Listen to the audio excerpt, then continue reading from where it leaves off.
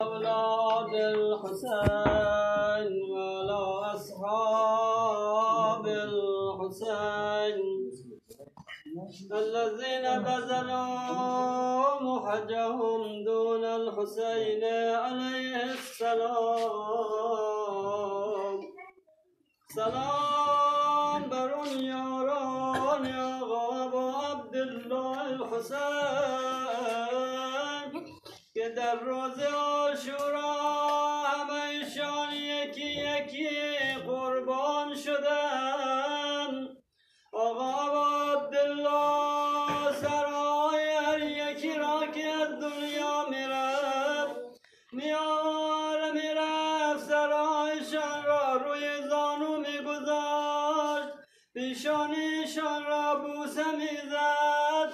انشاءالله شما سینه زنان، شما عزاداران آقا عبدالله، انشاءالله دعا کنید وقتی از دنیا می روید آقا بیاید بر سر بالین من و شما، بیاید انشاءالله سر من و شما را بالای زانو بگذارد، بگوید شما عزاداران من حسین بودید، شما را شفاعت می کنم. اما یا ابا عبدالله بمیرم برای خواهرت زینب.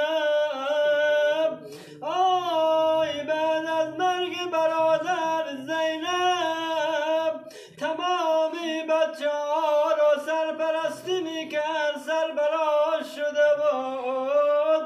آی آقا توی بچه ها نام حسین را بر زبان میگرفتن، میگفتن با تازیانه میزدن.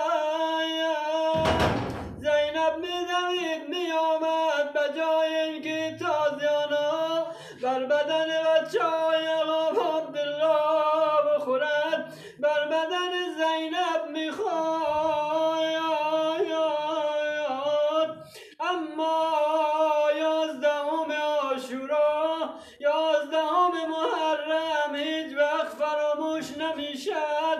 وقتی اسیران را آوردند از قتلگاه میخواستن عبور بدن، همه از بالای شتوران خودشان را زمین انداختند، هر کدام یا نش را در بغل گرفتند. زینب خواهر امام حسین دنبال بچه هاش نرفت، دنبال جنازه آقا عبدالله الحسین بود. هرچه دوید نفون طرف جنازه حسین نبود. صدا زد آی برادر کجایی، خواهرت آمده به دیدارت. میگه صدای ضعیفی از گودال قتلگاه به گوش زینب رسید.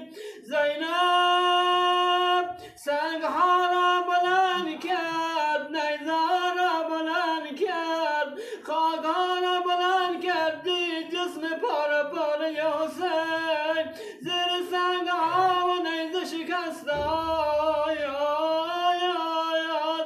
باورش نمیشد که حسین زهرا صدا زد انت امی انت ابن امی، آیا تو حسین منی، آیا تو فرزند مادر منی. باورم نمیشه، میگه حتی جای یک بوسه بر بدن آقا عبدالله نبود. خم شد، دهان را گذاشت بر جایی که نه زهرا بوسیده بود، نه پیغمبر بوسیده بود، نه علی مرتضی. لبها را گذاشت بر رگهای بریده گردن آقا عبدالله. لا لعنة الله على القوم الظالمين وسيعلم الذين ظلموا وأي منقلب ينقلبون. حاجات خودها مد نظر 10 مرتبه یا الله یا الله یا الله یا الله یا الله یا الله یا الله یا الله یا الله یا پروردگارا این خلیل تمثل عزاداری ها را از اهل مجلس ما صاحب خانه به کرمت قبول بگردان. پروردگارا حاجات همه مؤمنین، حاجات این جمع، حاجات صاحب خانه برآورده بگردان. پروردگارا در دنیا و آخرت دست ما را از دامان ائمه کوتاه مگردان.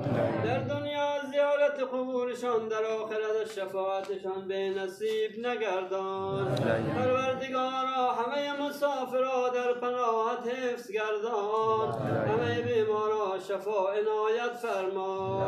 اهل مجلس ما صاحب خانه پروردگارا هر مشکلی داشته باشند به حق دختر علی مرتضی زینب کبرا گرفتارها مشکلاتشان برطرف بگردان. پروردگارا جلوسات عزادار امام حسین را شر اشرار نگاه بدار.